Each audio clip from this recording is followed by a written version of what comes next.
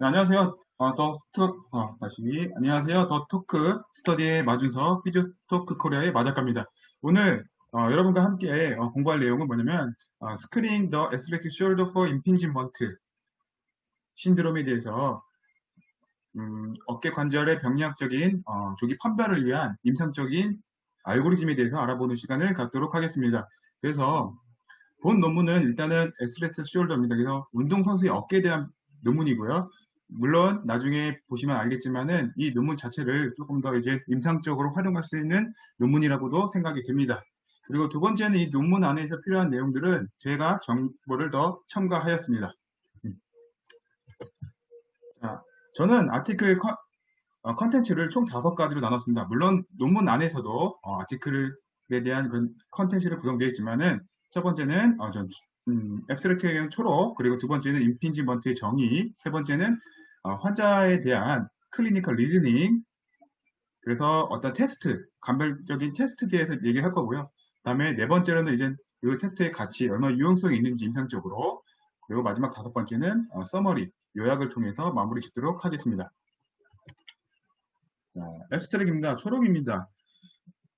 여기 보시면 재활과 그리고 물리학을 도움을 받고 있는 운동선수들은 팔을 돌리는 운동선수들은 거의 어떤 공통적인 불평이 있냐면은 어깨 통증과 그리고 기능 부전 이 두 가지가 큰 문제라고 생각이 됩니다. 그래서 이런 임피지먼트는 자주 어떤 병리학적인 설명을 많이 하고 있고요.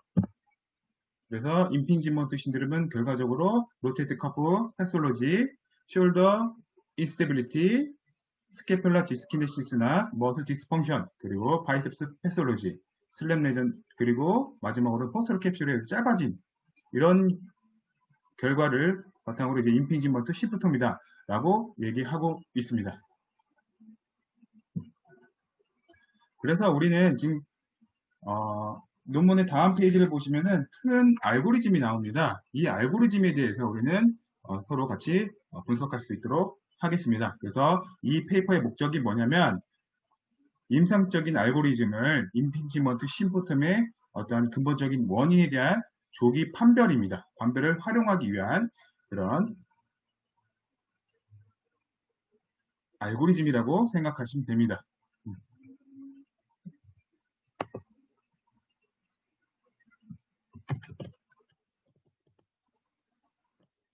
그래서 이런 임핑지먼트는 뭐 자주 뭐 병리학적인 상태를 많이 얘기하고 있고요. 그래서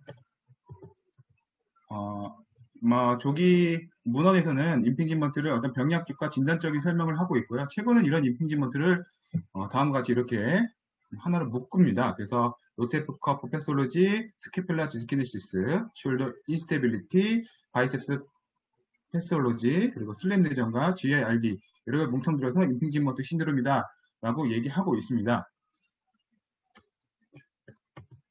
그래서 임핑지먼트 신드롬은 이 본논문에서 좀 개별적으로 좀 나눠주는 역할을 할 건데요. 그래서 개별적으로 임핑지먼트 신드롬의 뭐 바이셉스 패솔로지다, 문제다, GIRD다, 로테트 커프 패솔로지다, 스케폴라 디스키네시스다, 숄더 인스테빌리티, 그리고 아니면 슬램 레전이다 라고 얘기하겠습니다.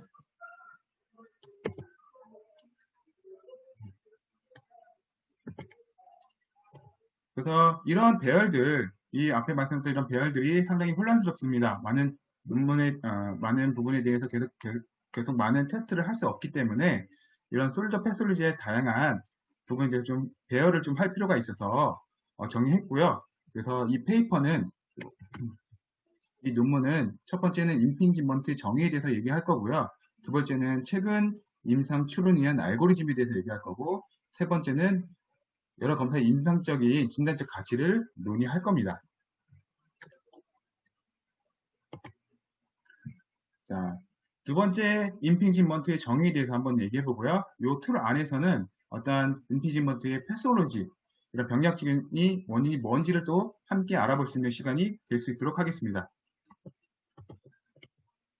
임핑지먼트는 타입이 두 가지입니다. 두 가지로 설명되고 있고요. 첫 번째는 서브아크로미얼, 그리고 두 번째는 인터널, 이 두 가지로 나뉘게 됩니다.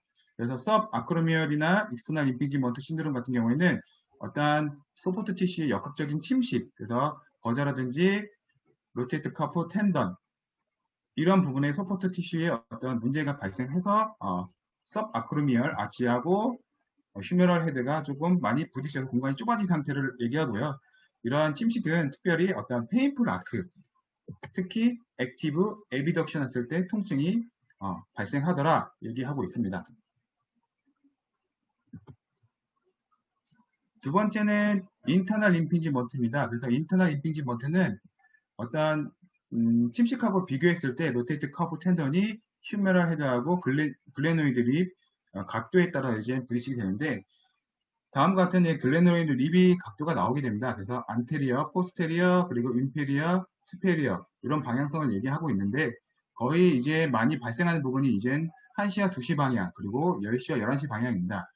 본 논문의 큰 특징은 1시와 2시 방향에 대한 얘기보다는 10시와 11시 방향 그래서 포스테리어, 스페리어, 임핑지먼트에 대해서 얘기할 수 있습니다.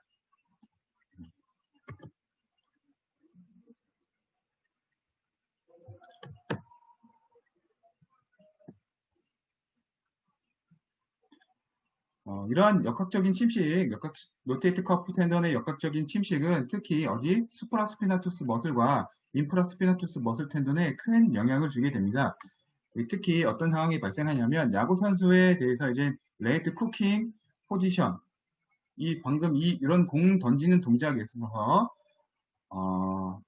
맥시멀 익스턴 로테이션, 호리존탈 에비덕션 상태에서 어떠한 스포츠의 반복적인 에비덕션 양에 따라서 어깨 통증이 많이 발생한다라고 얘기하고 있고요.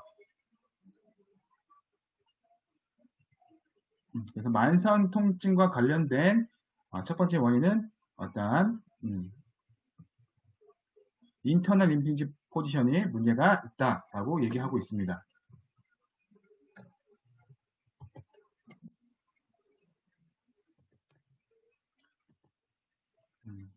이러한 임핑지먼트 신드롬의 침식 부분은 어떠한 첫 번째와 두 번째 임핑지먼트로 나뉘게 되고요. 이러한 침식의 측면을 기초로 분류해가지고 1차 충돌 증후군 같은 경우에는 구조적으로 섭 아크로미어 스페이스가 좁아짐 상태를 얘기하게 되고요. 특히 어떤 아스로패시, 타이번, 아크로미언이나 스웰링 같은 상황이 발생하게 되면 섭 아크로미어 스페이스가 좁아진다라고 얘기하고 있습니다. 여기서 타입 1 아크로미언 같은 경우에는 다음과 같은 분류가 되는데요. 첫 번째는 타입 1은 플랫합니다. 그래서 플랫하게 평평한 상태에서 공간이 넓은 상태고 커브는 약간 아크로미언이 커브된 상태에 공간이 조금 더 좁아지고요. 후크 같은 경우에는 완전히 찢긴 듯한 형태의 타입 3가 됩니다. 그래서 타입 1 플랫, 타입 2는 커브, 후크 같은 경우는 타입 3로 분류하게 됩니다. 침식의 측면의 기초로 분류했을 때 2차 충돌 증후군 같은 경우에는 어떤 기능적인 문제, 자세 문제, 특히 글레노히메랄 내전 문제 때문에 발생한다고 얘기하고 있습니다.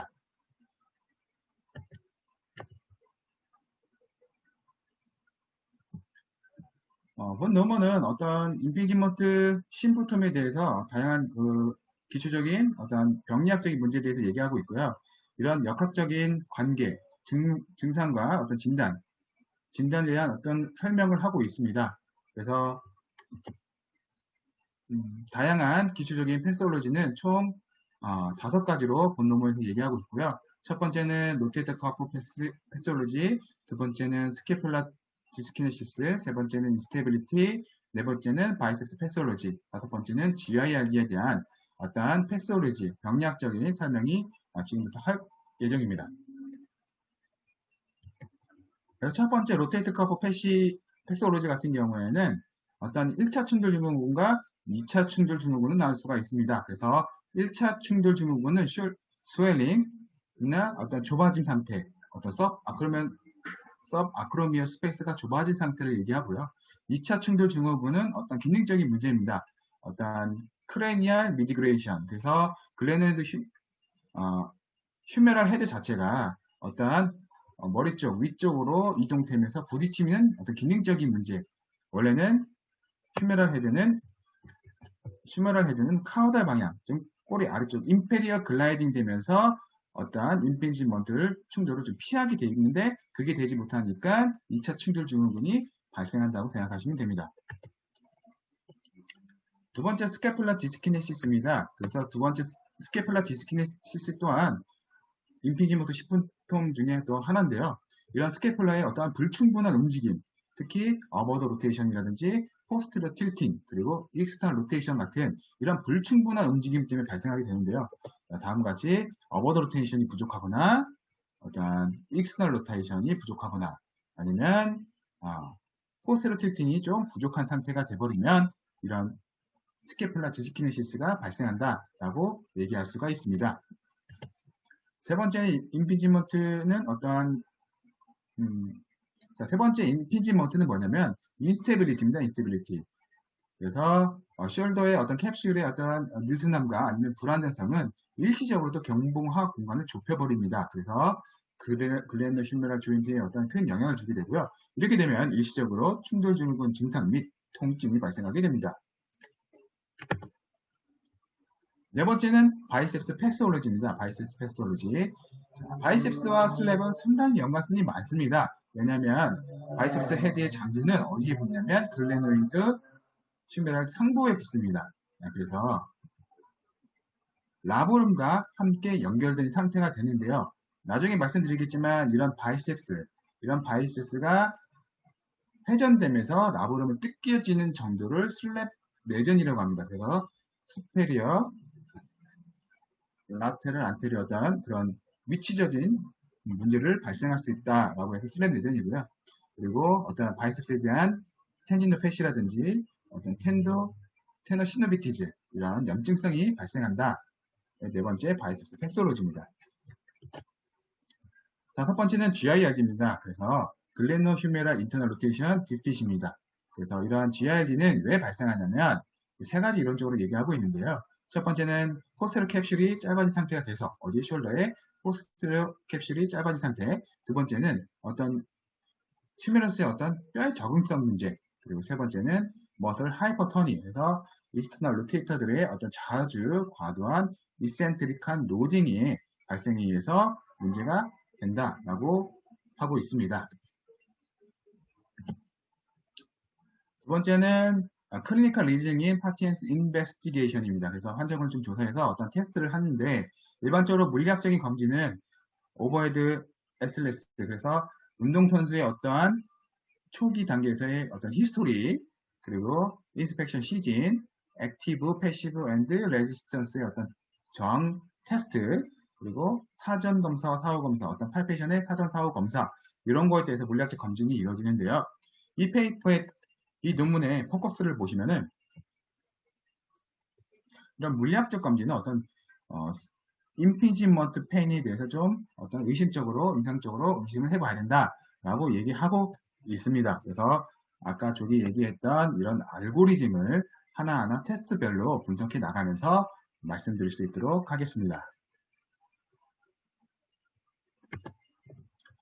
첫 번째 임피지먼트 테스트입니다.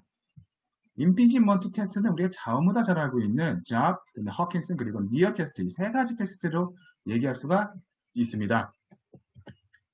첫 번째는 잡 테스트라고 하고요. 다른 말로 엠프티 캔 테스트라고 합니다. 그래서 여기 사진을 보는 것과 같이 환자는 플렉션 90도 정도 만들어주고요. 그리고 스캐플라 플래닝 30도에서 이 맥시멀리 인터널 로테이션 시켜서 어떤 검사자는 맥시멀 어떤 저항을 주는 거죠. 매뉴얼 레지스턴스 저항을 줘가지고 어떤 통증을 확인하는 단계. 양성 판정이면은 섭 아크로미안 스페이스가 좁아진 상태를 얘기하고요. 음성 판정 같은 경우는 포스테로 스페리어 글레노이드 임피지먼트라고 나누게 됩니다. 자, 두 번째 임피지먼트 테스트는 허킨스 테스트입니다. 허킨스 테스트는 검사자가 반대편 어깨 팔을 올린 상태에 환자는 인터널 로테이션 시키는 그런 포지션을 갖는데 이 허킨스 테스트 같은 경우에는 어떠한 단일 머슬, 수프라스피너투스의 단일 머슬, 수프라스피너투스의 단일 머슬을 검사하는 그런 테스트라고 생각하시면 됩니다. 그래서 양성일 경우에는 역시 어떠한 섭 아크로미아 스페이스가 좁아졌다라고 얘기하고요. 음성인 경우에는 인터널 임피지먼트다라고 얘기할 수가 있습니다. 자, 세 번째는 니어 테스트입니다. 니어 테스트는 검사자가 어떤 스캐플러를 픽스, 고정시킨 상태에서 검사자의 팔을 최대한 플렉션 시킵니다.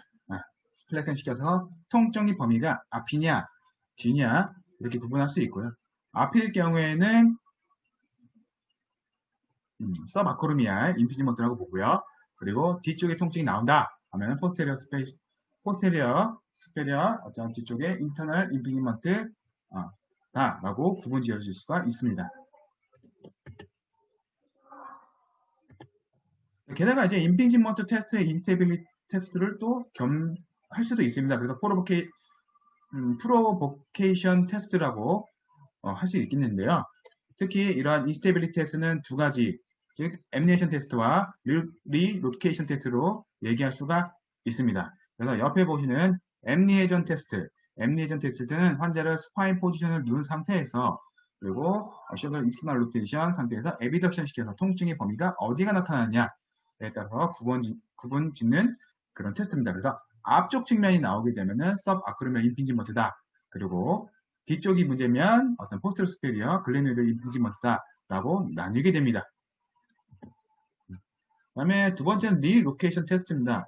리로케이션 테스트 같은 경우에는 바로 검사자가 아까 하였던 조금 전에 했던 엠니에이션 테스트 포지션 자세에서 환자는 스파인 포지션에 두고요. 검사자는 AP 방향, 즉 스파인 포지션에서 앞쪽에서 아래쪽으로, 앞쪽에서 뒤쪽으로 어떠한 저항을 가하는, 가속의 저항을 가해서 통증의 범위를 보는 거죠. 그래서 통증이 발견되면 또 두들기 문제다라고 해서 세컨더리 임피지먼트로 나뉘게 됩니다. 그리고 통증이 없다 그러면은 프리마리 임피지먼트로 나뉘게 됩니다. 두 번째는 로테이트 커프에 대한 테스트입니다. 로테이트 커프는 어떤 제압 테스트를 어떤 수정 모디파이드한 버전으로 생각하시면 되고요. 이런 자압 테스트는 특히 조금 전에 말씀드렸던 수프라스피나투스를 측정하는 방법이 되겠습니다. 평가하는 방법. 평가하는 방법이 되겠습니다. 그래서 그림 7번, 피겨 7번을 보듯이 풀캔 테스트를 하게 되는데요. 일단 로테이트 카프 텐던의 방금 풀캔 테스트 같은 경우에는 어떤 병력적인 검진이라고 생각하시면 되고요. 환자는 서 있는 상태에서 어떠한 플렉션 90도 그리고 스카플렛 포지션을 잡아준 상태에서 맥시멀리 익스터널 로테이션 시켜서 검사자는 저항을 줘서 평가하는 방법이 되겠습니다. 본 논문에서는 텐던 티어에 대한 내용은 많이 없습니다. 그 부분 참조해 주시고요. 세 번째는 스캐폴라 인볼브먼트 테스트입니다. 그래서 어떤 팔이 움직일 때 스캐폴라도 같이 움직이게 되어 있습니다. 그래서 스캐폴라 인볼브먼트 같은 경우에는 어떤 SAT라고 해서 스캐폴라 어시스턴트 테스트 그리고 스캐폴라 리트랙션 테스트 두 가지가 있습니다.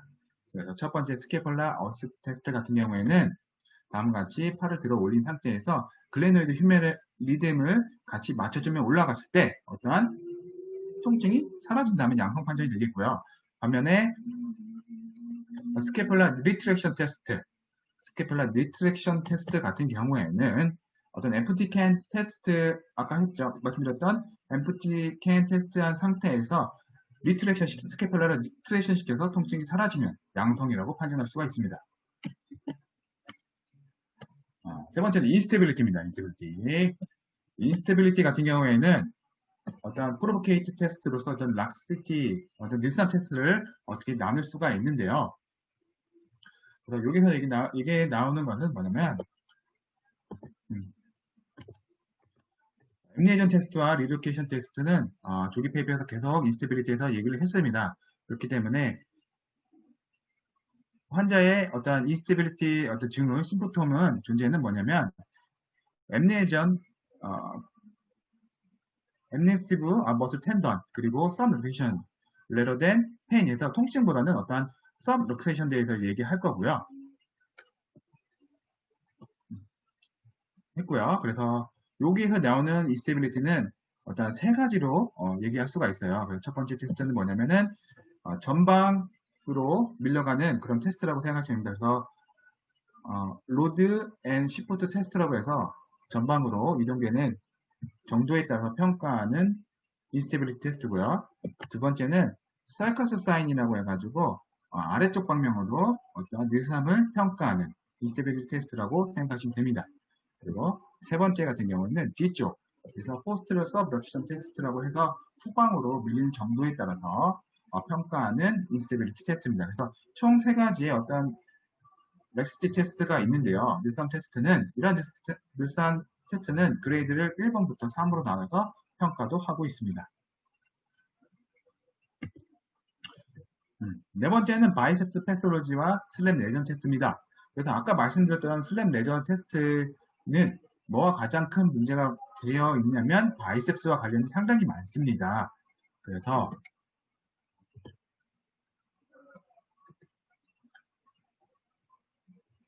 최근에 이제 이런 문헌들이 기술적으로 많이 발생하고 있는데요. 바이셉스 패스로지와 그리고 슬랩 레전을 테스트하기 위해서는 총 세 가지 테스트 검사 방법을 이용해가지고 나누게 됩니다. 첫 번째는 스피드 테스트를 해서 바이셉스 텐던의 상태를 확인할 수가 있습니다. 그래서 이제 양성이 나오게 되면 바이셉스에 문제가 있다. 양성이 되면 오브라인 테스트를 이제 바꿔서 하는데요. 이 오브라인 테스트는 플렉션 90도 상태에서 어덕션 10도 상태에서 인터널 로테이션 시킨 상태가 되겠습니다.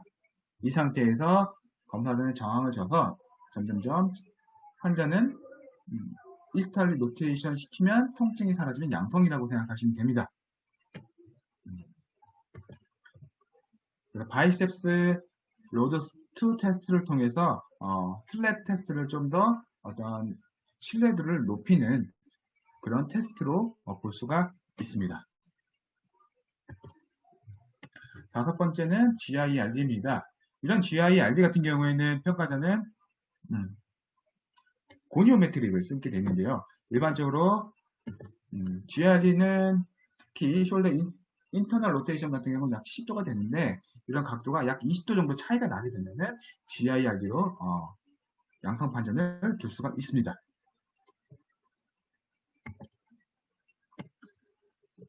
자, 여기까지 말씀드렸던 것은 다시 여기까지 말씀드렸던 건 뭐냐면 어떤 임피지먼트에 대한 정의와 어떤 패솔로지에 대해서 병약적인 문제가 뭐가 있는지에 대해서 얘기를 했고요. 그리고 테스트, 감별 테스트하는 방법, 감별 테스트가 뭐가 있는지 이 부분까지 얘기했습니다. 그러면 이러한 테스트들은 얼마나 유용성이 있는지에 대해서 지금부터 말씀드릴 수 있도록 하겠습니다. 많은 숫자의 검사자 업계의 테스트들이 상당히 많이 표현되고 있고 설명되어 있습니다. 그렇죠? 하지만 모든 검사는 평가하는 것은 실현 가능하지 않죠. 그래서 최근까지 논의했던 건 뭐냐면 임상적인 출현에 대한 알고리즘 그리고 물리 검사를 판별하는 방법입니다. 그래서 어깨 통증 질문과 관련한 평가 안에서 임상적인 보조를 했고요. 이런 스페이셜 테스트는 정확성과 진정적 가치를 항상 고려해야 된다라고 얘기하고 있습니다. 자, 임핑지먼트 테스트에 대한 감별 진단에 대한 진단적 가치에 대해서 한번 얘기해 보겠습니다. 임핑지먼트 테스트는 아주 높은 센시티비티 그리고 낮은 스페시티 민감도를 얘기하게 됩니다. 여기서 우리가 알아야 될 것은 첫 번째는 메리디티라고 해가지고 어떤 신뢰도입니다. 신뢰도는 말 그대로 얼마나 이 테스트들이 신뢰성이 높은가를 얘기하게 되는고요. 그 다음에 맨 밑에 보시면은 릴리에빌리티라고 해가지고 타당도입니다. 얼마나 이 반복적인 측정했을 때 얼마나 이 테스트가 타당도가 높은지를 얘기하게 됩니다. 그래서 이러한 신뢰도 밑에 방금 말씀드렸던 센시티비티와 스페시피시티가 있습니다. 그래서 센시티비티, 민감도는 얼마나 이 테스트가 양성으로 잘 분류가 되는가를 얘기하고 되고요. 그 다음에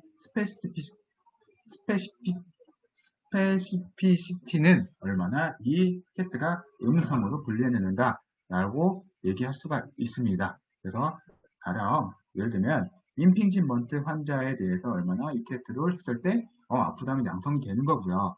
아프지 않은 사람을 임핑지먼트 테스트를 했을 때 안 아프게 만드는 게 민감도, 스페시피시티라고 얘기할 수가 있습니다.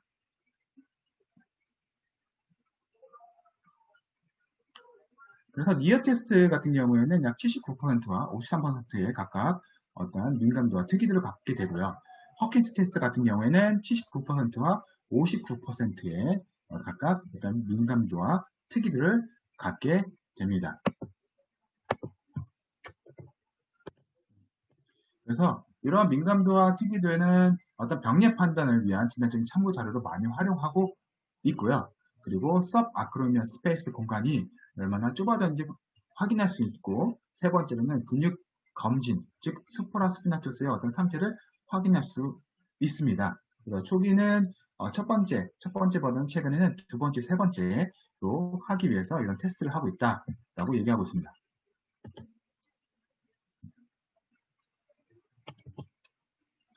두 번째는 인스테빌리티 테스트입니다. 인스테빌리티가 즉 임피지먼트 안에는 인스테빌리티 테스트에 대해서 얘기할 건데요. 인스테빌리티에 대한 어떤 평가적인 논의 같은 경우는 아까 말씀드렸던 중에 리로케이션 테스트를 얘기하고 있습니다. 그래서 이 테스트는 통증만 고려했을 때는 50%의 낮은 정확성 갖고 있지만 불안정성을 고려하게 된다면 80% 높은 정확성을 갖고 있기 때문에 이 테스트는 임상적으로 통증의 기준을 사용하기 어렵게 되고요. 반면에 불안정성 진단에서는 아주 높은 수준의 신뢰도가 있다라고 얘기할 수가 있습니다.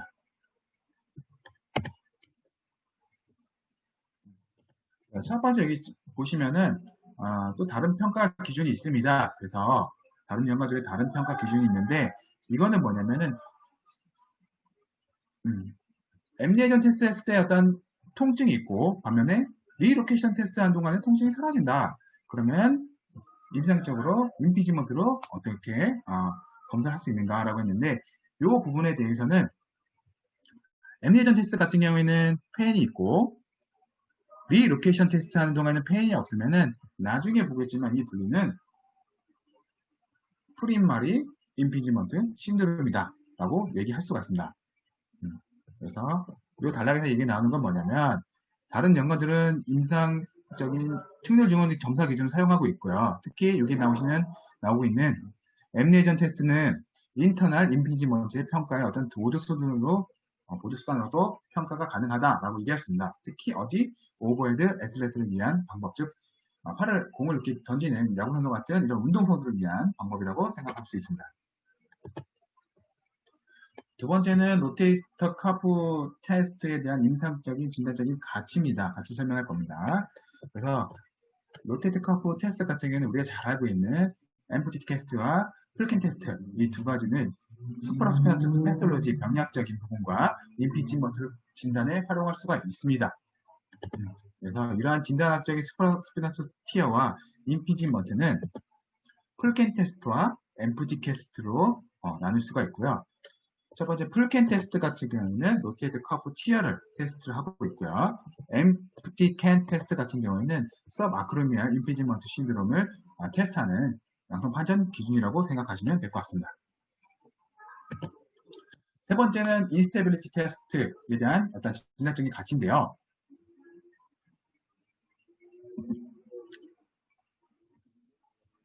어떤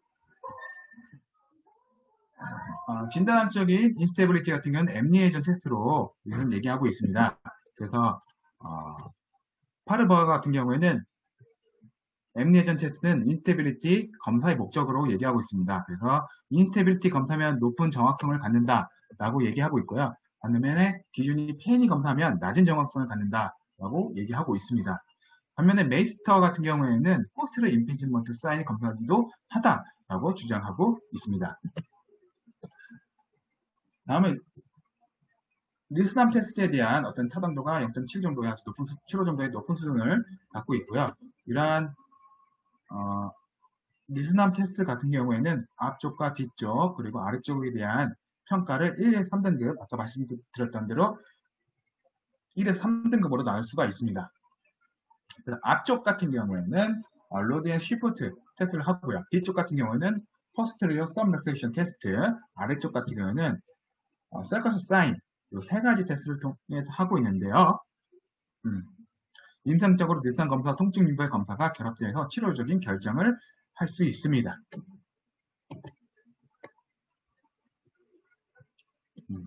그다음에 이제 스캐플라 인벌브먼트 테스트에 대한 임상적인 가치에 대해서 이제 얘기해 보겠습니다.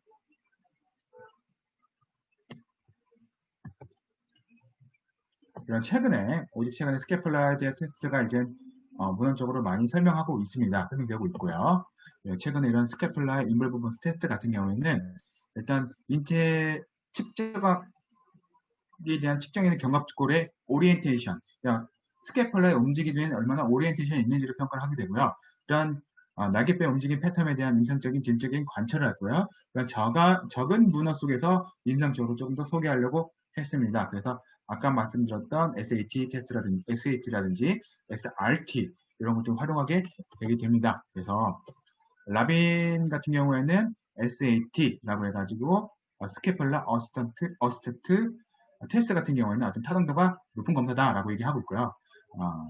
키블러 같은 경우에는 스캐플라 리트렉션 테스트는 어떤 확인된 환자의 어떤 극상근이 약화되어 있다.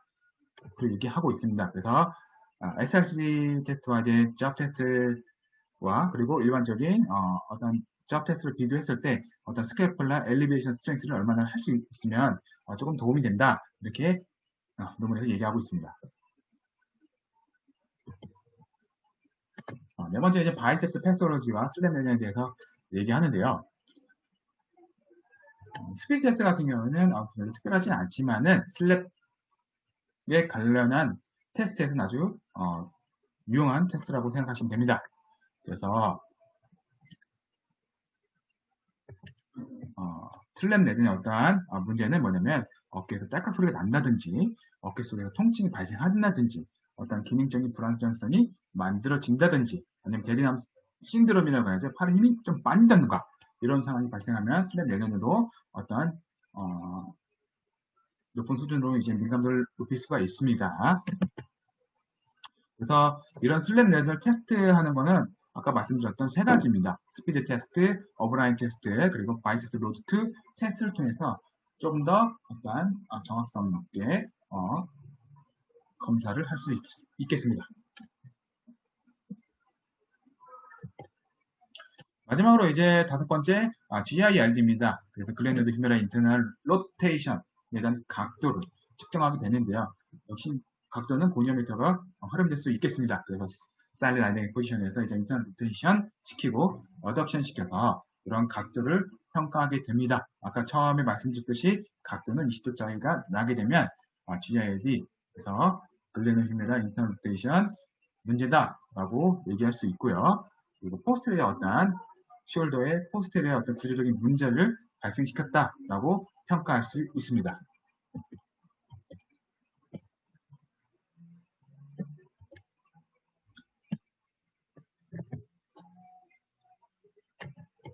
그래서 이런 클리니컬 알고리즘의 어떤 제한점에 대해서 한번 얘기해 보겠는데요. 일단 첫 번째는 일단 모든 어깨 통증 상태가 포함된 것은 아닙니다. 두 번째는 초기 평가로 아주 빠르게 평가할 수 있는 알고리즘이다 라고 얘기할 수 있고요. 세 번째는 그래도 정확한 거는 테스트를 했지만 초음파 검사를 통해서 임상적인 진단을 확인해야 된다 라고 얘기하고 있습니다. 앞으로는 이런 알고리즘에 대해서 임상적으로 유용성을 시연이 좀 초점이 되어야 되는데 아까 처음 논문에 주는 에스렉틱 숄더입니다. 그래서 일반군에 대해서 좀 더 활용할 수 있는 그런 논문에 대한 초점이 되어야 된다라고 제한점으로 얘기하고 있습니다. 다섯 번째는 정리를 하자면 요약을 하겠습니다. 요약을 하게 되면 이런 알고리즘 같은 경우는 어떤 임피지먼트 신드롬 특히 팔을 들어 올리는 운동선수에 대한 타입에 대한 설명을 했고요. 그래서 여기 많은 숫자의 테스트를 설명했습니다. 임피지먼트 일단 병약적 요소를 설명했고 어떤 테스트하는 방법이라든지 테스트가 무엇이 있는지를 또 설명했습니다. 그래서 이러한 개별적인 검진을 좀 더 적절히 해석을 해드렸고요. 이런 임상적인 판단 가치 역시 말씀을 드렸습니다. 추가적으로 우리는 이 논문을 통해서 우리는 뭘 해드리고 싶으면 어떠한 치료사의 어떠한 임상적인 어떠한 어깨통증 환자에 대해서 평가할 수 있는 알고리즘으로 제공해 주고 싶다라고 이 논문은 얘기하고 있습니다. 자, 처음에 말씀드렸다시피 다음과 같은 임피지먼트 신드롬 심프톰에 대한 분리 방법이 있는데요. 이걸 다시 한번 크게 한번 요약해 볼 수 있는 시간을 갖도록 하겠습니다. 그래서 첫 번째 보면 잡 테스트, 엠프티케이팅 테스트가 양성이고 니어 테스트가 앞했을 때 앞쪽에 통증이 있거나 호킨스 테스트가 앞쪽에 다시 호킨스 테스트에 통증이 있고 그리고 엠니에이션 테스트 했을 때 앞쪽에 통증이 있다면 이스터널 섭 아크로미아 임피지먼트로 분류가 되고요. 반대적으로 잡 테스트와 허킨슨 테스트가 음성 판정을 받거나 니어 테스트나 엠니에이션 테스트의 뒤쪽이 통증이 발생하게 된다면 인터널 포스테리어 스페리어 글래누lar 임피지먼트다 라고 분류할 수가 있습니다. 여기서 또 한 번의 분류가 되는데요. 이 두 번째 분류는 프리마리 임피지먼트로 그리고 세컨더리 임피지먼트로 분류가 됩니다. 그래서 보시면 리로케이션 테스트 아까 말씀드렸던 엠니에이션 테스트 포지션에서 전방으로 이제 AP 방향으로 눌렀을 때 통증이 발생하게 되면 일단 구조적인 문제인 세컨더리 임피지먼트라고 볼 수 있고요. 그 다음에 첫 번째 통증이 없다 하게 되면 프리마리 임피지먼트로 분류가 됩니다. 그래서 이 분류는 로테이트 커브 패스톨로지라고 예측이 돼서 풀캔 테스트로 확인하게 됩니다. 2차적인 임피지먼트는 다음과 같이 또 분류가 되고 있고요. 그래서 SAT라고 하는 스케플라 어시스턴트 테스트 그리고 스케플라 리트랙션 테스트를 했을 때 양성이 되면은 스케플라 디스키네시스 가능성이 상당히 높다라고 얘기하고 있습니다. 인스테빌리 같은 경우에는 엠니에이션 테스트 그리고 리로케이션 테스트가 둘 다 양성이 발생하거나 뉴스남 테스트, 락시티 테스트 같은 경우에는 아까 말씀드렸던 세 가지입니다.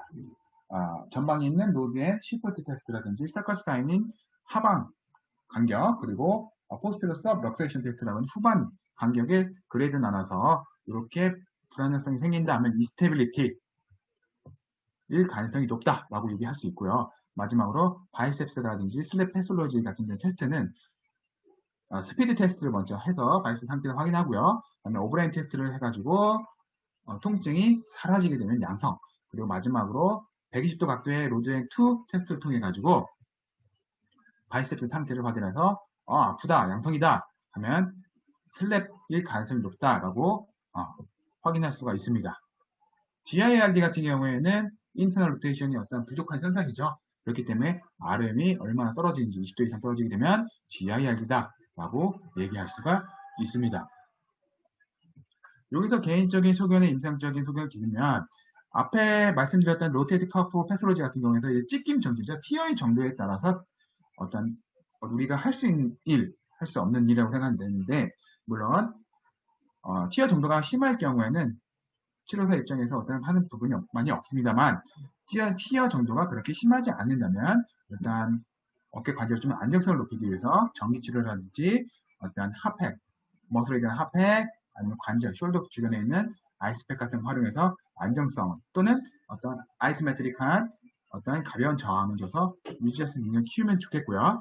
스케이폴라 디스키네시스 같은 경우에는 어떠한 어깨 관절에 대한 움직임을 조금 만들어주면 좀 도움이 많이 되지 않을까 생각이 됩니다. 인스테빌리티 같은 경우에는 로테이트 커프 머슬, 네 가지 머슬에 대한 스트렝싱과 어떠한 스트레칭을 좀 안정성을 높일 필요가 있고요. 바이셉스 같은 경우 슬랩 내전 같은 경우에는 어떤 바이셉스의 어떤 압박력을 좀 떨어뜨려 준다던가 어떤 주변에 있는 통증을 주기 위한 어떤 전기 치료라든지